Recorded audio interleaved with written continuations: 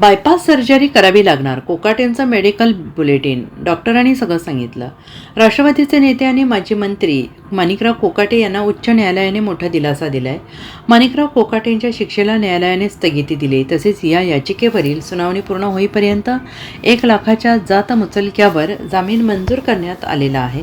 माणिकराव कोकाटेंना फक्त 2 वर्षांची शिक्षा असल्याने त्यांच्या शिक्षेला स्थगिती देण्यात आल्याचं कोर्टाने म्हटलेलं आहे. दरम्यान उच्च न्यायालयाच्या निकालानंतर याचिकाकर्ते सर्वोच्च न्यायालयात आजच जाणार आहेत.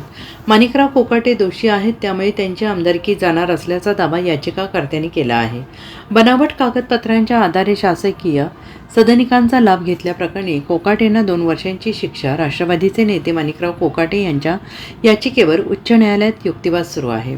सत्र न्यायालयाने कोकाटेंना 2 वर्षांची शिक्षा सुनावल्यानंतर त्यांच्या विरोधात माणिकराव कोकाटे यांनी उच्च न्यायालयात आव्हान दिलं होतं. मात्र सत्र न्यायालयाने सुनावलेल्या शिक्षेला स्थगितीची याचिकेत मागणी करण्यात आलेली आहे. बनावट कागदपत्रांच्या आधारे शासकीय सदनिकांचा लाभ घेतल्याप्रकरणी माणिकराव कोकाटे यांना सत्र न्यायालयाने 2 वर्षांची शिक्षा सुनावली आहे. या प्रकरणी सत्र न्यायालयाच्या निकालाविरोधात माणिकराव कोकाटेंनी मुंबई उच्च न्यायालयात धाव घेतली. त्यांच्या याचिकेवर न्यायमूर्ती R.N. लड्ढा यांच्या एकलपीठासमोर सुनावणी पार पडली. यांना ICU मध्ये पण आले. आज आम्ही निर्णय घेतला.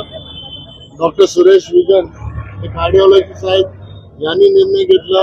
आम्ही 2 ओपिनियन घेतलं, डॉक्टर नितीन गुटे आणि डॉक्टर भावेश वजीरदार. सर्वांनी निर्णय घेतला की आपल्याला अँजिओ करावं लागणार आहे, गरजेचं आहे. कारण आम्ही जे काल संध्याकाळी CT करोनरी अँजिओ घेतलं होतं त्यात कॅल्शियम स्कोअर एकदम जास्त होतं.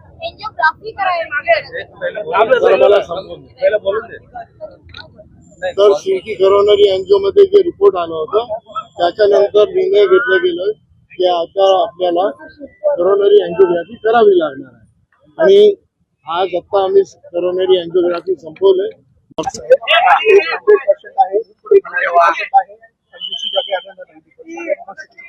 एकूण किती ब्लॉक्स आहेत? 4 ब्लॉक्स आहेत, सर्व सिव्हिअर आहेत. आणि त्यांना रेकमेंड केलं की त्यांना बायपास करावं, बायपास सर्जरी करायचं. त्यांचं मन नाही, पण ते विचार करतील, मला सांगतील, मग आपण अरेंज करू.